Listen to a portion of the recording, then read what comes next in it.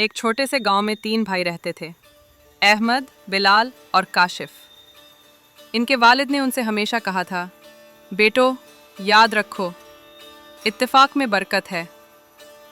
लेकिन भाइयों में अक्सर छोटी छोटी बातों पर झगड़ा हो जाता। कोई खेत के पानी पर लड़ता तो कोई खाने के हिस्से पर। एक दिन गांव के बुजुर्ग उनके पास आए और कहा, तुम्हारा झगड़ना तुम्हें कमजोर कर देगा, आओ मैं तुम्हें एक सबक सिखाता हूँ। बुजुर्ग ने तीनों भाइयों को एक एक लकड़ी दी और कहा, इसे तोड़ो। सब ने आसानी से तोड़ दी। फिर उन्होंने एक गट्ठा लकड़ियों का दिया और कहा, अब इसे तोड़ो, लेकिन कोई तोड़ न सका। बुजुर्ग ने मुस्कुराकर कहा, देखा, अकेला इंसान कमजोर है मगर सब मिलकर मजबूत हैं। यही है इत्तेफाक की बरकत। भाइयों को अपनी गलती का एहसास हुआ। उन्होंने वादा किया कि अब वो हमेशा मिलजुल कर रहेंगे। इसके बाद भाई मिलकर खेतों में काम करने लगे। एक बीज बोता, दूसरा पानी देता और तीसरा देखभाल करता। वक्त के साथ उनके खेत लहलहाने लगे। गांव वाले भी कहते, देखो, इत्तेफाक में वाकई बरकत है।